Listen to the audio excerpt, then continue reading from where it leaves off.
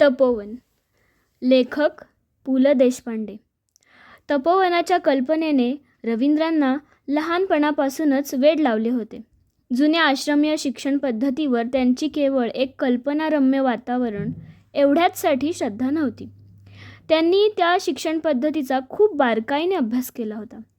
यंत्रयुगाची चाहुलही या कवीला वसंत ऋतूच्या चाहुलीसारखी फार आधी लागली होती. माणूस निसर्गापासून दूर जाईल, त्याची ओढ कमी होईल.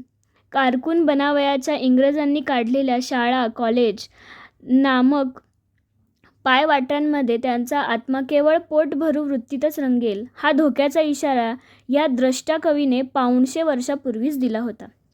वृक्षझऱ्यांचे गूढ मधुर गूंज ऐकण्याची इच्छाच संपली की जीवनातल्या सौंदर्याला पूर्णविराम मिळतो आणि फक्त कोरडा पाशवी उपयुक्ततावाद तेवढा उरतो.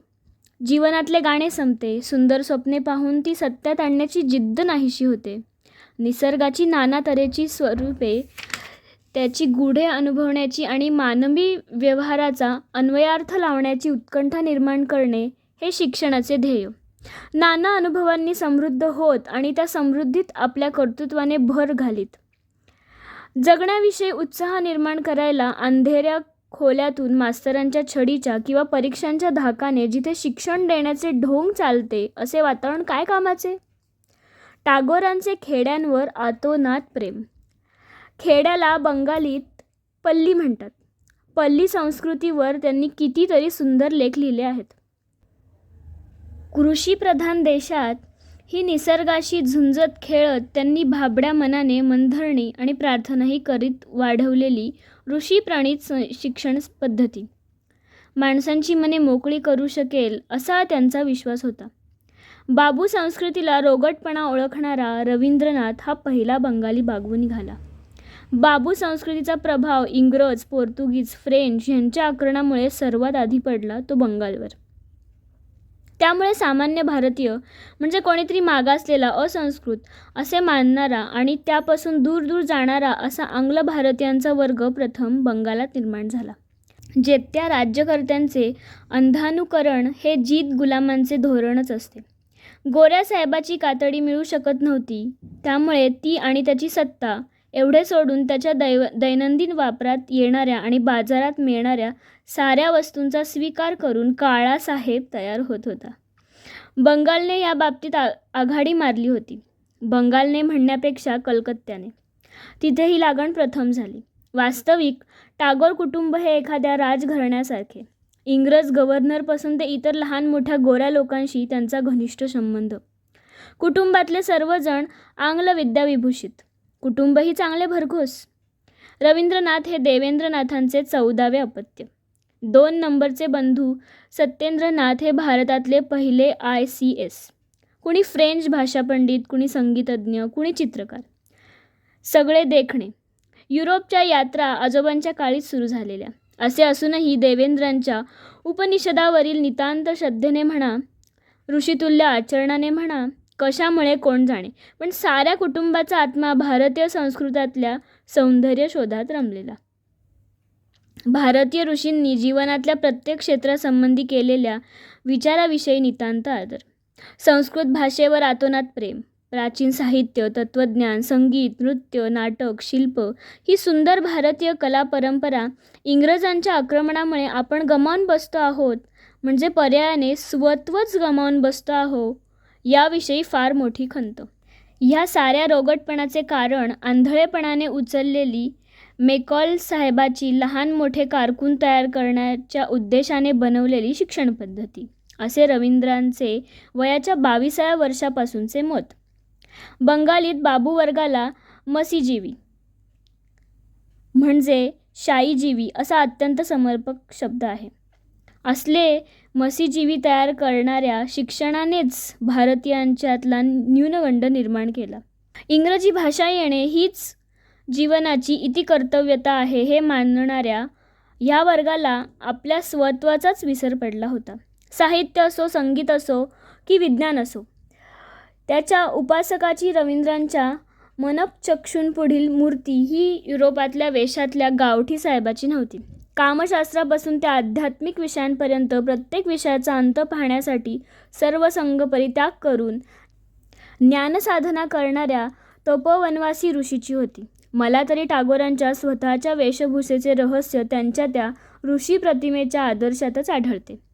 कवी म्हटल्यावर त्यांच्या डोळ्यांपुढे व्यास आणि वाल्मिकीच उभे राहत असले पाहिजेत. शांतिनिकेतनातल्या तपोवनात त्यांनी हा प्राचीन आदर्श डोळ्यापुढे ठेवूनच ब्रह्मचर्याश्रमाची स्थापना केली.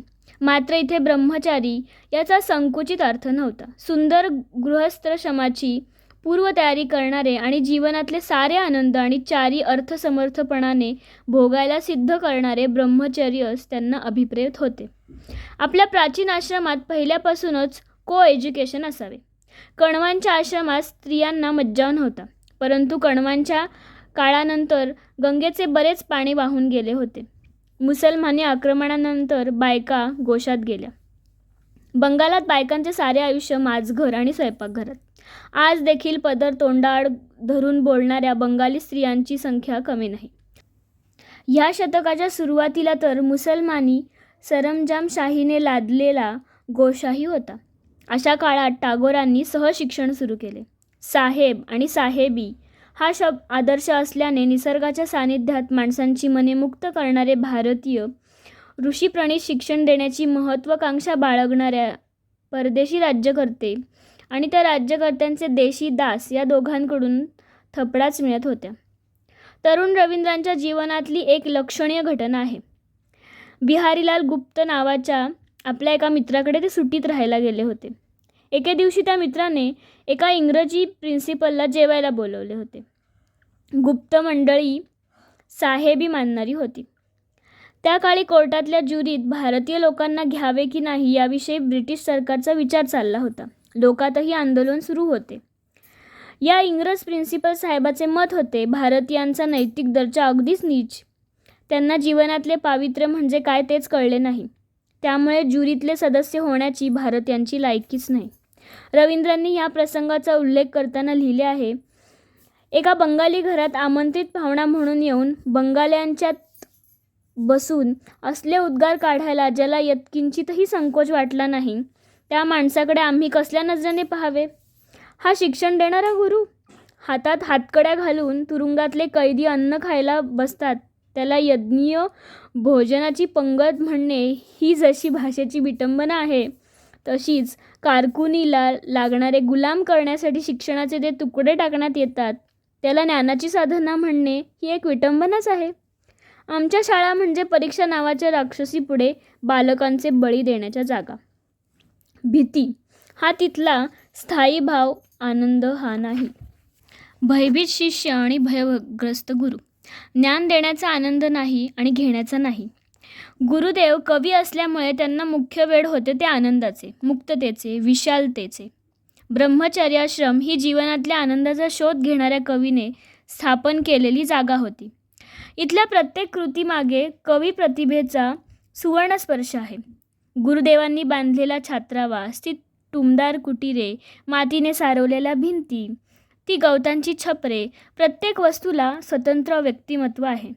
उन्हा पावसापासून आवश्यक तेवढे संरक्षण असले तरी विद्यार्थ्यांनी ते ऊन आणि ती वृष्टी भरपूर भोगलीही पाहिजे याकडे त्यांचे लक्ष होते. ऋतूंचे खेळ हे भूगोलाच्या पुस्तकातून पाठ करायचे नसून वसंतापासून शिशिरापर्यंतचे हे ऋतुचक्र कसे गमतीने फिरते ते त्यांना प्रत्यक्ष दिसले पाहिजे. शांतिनिकेतनातल्या 3 महिन्यात मी देखील हेमंताला निरोप देण्यापासून वसंताचे स्वागत होईपर्यंत होणारे ऋतू परिवर्तन आयुष्यात प्रथमच पाहत होतो. बदलणारे वारे, अकस्मात दरवळणारे नवे सुगंध, टपटप गळणारी पाने, उन्हाचे बदलत जाणारे पिवळेपण, हे सारे सृष्टी चमत्कार पाहिले ते मॅट्रिकपर्यंतच्या एकाही भूगोलाच्या पुस्तकातून मला दिसले नव्हते. नेमेंची येतो मग पावसाळा, हे सृष्टीचे कौतुक जाण बाळा, ही कविता मास्तरांच्या छडीच्या धाकाने पाठ केली होती. ते कौतुक बाळाने नीट जाणावे यासाठी आमच्या कुठल्याही शिक्षकाने जरा खिडकीबाहेर पहा एवढे देखील सांगितले नव्हते. इथे मात्र रोज त्या हिरवळीवर बसताना गवताच्या पात्यांची बदलत जाणारी स्वरूपे पाहून सारा भूगोल इथल्या छात्रांच्या मनात हळूहळू झिरपत होता. इथे विद्याभ्यासाचा हा सुंदर खुला रंगमंच होता. कितीतरी पात्रे आणि ती घडविणारी ते कुंभार. नामदेवाचे डोके थापटून गोरोबांनी ते कच्चे आहे म्हटल्याची कथा मला फार आवडते. गुरूंनी ती चिमुकली मने प्रेमाने भिजवावी, चांगल्या संस्कारांनी हळुवारपणाने थापटा ठोपटावी आणि ज्या क्षेत्रात ती कामी लावण्यात येणार आहेत त्या क्षेत्राला आवश्यक अशा साधनेच्या तपात ती भिजली जावी. तेव्हाच ती इष्ट आकार असलेली सत्पात्रे होणार. खुल्या वातावरणातल्या त्या शाळेत नुसती मजा करावी हा गुरुदेवांचा हेतू नव्हता. तिथे अभ्यासाची तपस साधना होती. फक्त घाऊक प्रमाणात एकाच छापाच्या विटा भाजून काढायचा तो शाळा नामक कारखाना होऊ नये यासाठी त्यांची धडपड होती. प्रत्येक शिल्प होता होईल तितके स्वतंत्र रीतीने घडावे या हेतूने त्यांनी ही आश्रमीय शिक्षण पद्धती स्वीकारली होती. मुकुल दे यांच्यासारखा जागतिक कीर्ती मिळवलेला चित्रकार शाळेतल्या गणित, व्याकरण वगैरे विषयात अजिबात रमत नसे. गुरुदेवांनी त्याच्या हाती रंग, कागद आणि ब्रश दिले आणि सांगितले, "यात तुला मुक्ती लाभते ना, मग काढ चित्रे." शांतीदेव घोषांना सुरांचे आणि नृत्याचे प्रेम. त्यांना तंबोरा आणि घुंगरू दिले. निसर्गात वृक्षवल्ली जशा स्वधर्माने वाढतात तसे मानवी जीवन वाढले पाहिजे. नारळाच्या झाडाकडून आंब्याची अपेक्षा केली नाही. भेंडीच्या रोपाला केळी का लटकत नाहीत याची चिंता केली नाही. एकदा रोप कसले आहे हे ओळखल्यावर मग त्याला योग्य ते खतपाणी देऊन ते कसे फुलेल आणि फळे धरेल हे मात्र पाहिले पाहिजे. त्याप्रमाणे जोपासले.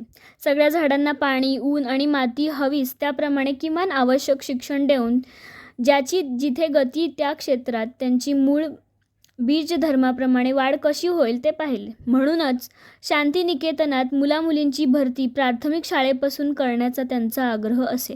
एकदा ते बालक किंवा बालिका शांतिनिकेतनाच्या शिशुभवनात दाखल झाले की मॅट्रिक होईपर्यंत आश्रम सोडायला तयार होत नसे. आजही होत नाही. परक्यांच्या राजवटीत गुरुदेवांनी हे कार्य उभारले. अनेक निष्ठावंत सहकारी जोडले. शिवाजी महाराजांनी रांगड्या मावळ्यांमधून महान योद्धे उभे केले, तसे टागोरांनी आपल्या जमीनदारीत साधी कारकुनी करणाऱ्या सेवकांमधून जगदानंद बाबूंसारखे तपोधन गुरु तयार केले. गांधी आणि टागोर यांनी आपल्या कार्यासाठी केवळ हिंदुस्थानातूनच नव्हे तर साऱ्या जगातून जी माणसे जोडली ते पाहिल्यावर थक्क व्हायला होते. गुरुदेवांच्या शिक्षण कार्यात असलेल्या ह्या साध्यासुध्या शिक्षकांनी बंगाली भाषेला अमोल ग्रंथाची लेणी चढवली आहे. लहान मुलांसाठी ज्ञानविज्ञानाचे, मनोरंजन कहाण्यांचे, थोरा मोठ्यांच्या चरित्रांचे, भारतीयांच्या वीरकथांचे, नाटकांचे, गाण्यांचे, निबंधांचे ग्रंथ भांडार स्वतः गुरुदेवांनी तर लिहिलेच, पण त्यांच्या प्रेरणेने या जोडीच्या शिक्षकांनीही आज बंगाली ज्यांना क्लासिक्स म्हणता येईल अशी असंख्य पुस्तके लिहिली आहेत. माझ्या छात्रछात्रींचे कल्याण हा एवढा एकच ध्यास घेऊन ही माणसे आयुष्याची 40-40, 50-50 वर्षे आश्रमात कार्य करत राहिली. जिथे विश्व हेच एक घर होईल असा संकल्प सोडून गुरुदेवांनी हा ज्ञानयज्ञ सुरू केला होता. त्या यज्ञभूमीत सकाळच्या त्या प्रसन्न वेळी मी भोवती फुललेले शैशव आणि यौवन पाहत होतो. जाणत्या स्नेहशील वृद्ध वृक्षासारखे अध्यापक, लहानग्या फुलांच्या रोपट्यांना पाय फुटून ती धावत सुटावी अशी शिशुसेना, मोहर फुलल्यासारखे कौमार्य, मधूनच भारतीय पोशाखात युरोपियन आणि अमेरिकन छात्रछात्री. एक जपानी गृहस्थ गळ्यात पिशवी लटकवून चालला होता. सयाममधले तरुण बुद्ध भिक्षू नारिंगी वस्त्रे परिधान करून निघालेले. तेवढ्यात मला दोघा तरुणांनी नमस्कार केला आणि एकदम मराठीत बोलायला सुरुवात केली. एकाचे नाव समर्थ, दुसरे माझ्यासारखेच देशपांडे निघाले. समर्थ राज्यशास्त्रावर प्रबंध लिहित आहेत आणि देशपांडे तत्त्वज्ञानावर. त्या दोघांच्याही तोंडून विश्वभारती, तिथले अध्यापक, त्यांचे ग्रंथसंग्रहालय याची इतकी प्रशंसा चालली होती की मी पुन्हा एकदा ते खरोखरीच मराठी आहेत की बंगाली असून मराठी बोलत आहेत याची खात्री करून घ्यावी असे मला वाटायला लागले. दुसऱ्या प्रांतातल्या लोकांबद्दल इतके चांगले बोलायची आपल्या देशात कुठल्याच प्रांतातल्या लोकांना सवय नाही. मी महाराष्ट्राबाहेरच्या अनेक महाराष्ट्र मंडळात गेलो आहे. बहुतेक ठिकाणी इथले लोक अजिबात आमच्याशी मिसळायला तयार होत नाहीत. हाच सूर. विशेषतः बंगाली आणि मराठी यांच्यावर तर प्रांतीयतेचा आरोप जवळजवळ सगळेच करतात.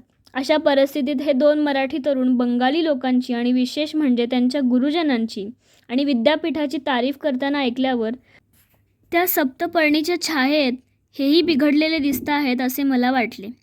मी कॉलेजात शिकत नसल्यामुळे तरुण पिढीशी माझा घाऊक संबंध फार कमी येतो. पण एक चमत्कार मात्र मी पाहिला आहे. ज्या तरुणींशी माझा परिचय झाला आहे त्यातल्या अगदी संतप्त तरुणांची देखील माणुसकी सुटली आहे असे मला वाटत नाही. इतकेच नव्हे तर जुन्या पिढीतल्या जात, धर्म, प्रांत, भाषा वगैरे क्षुद्रतेचाही त्यांच्यावर बराच कमी पगडा दिसतो. स्वार्थ आणि क्षुद्रता ही वाढत्या वयाबरोबर वाढत असावी.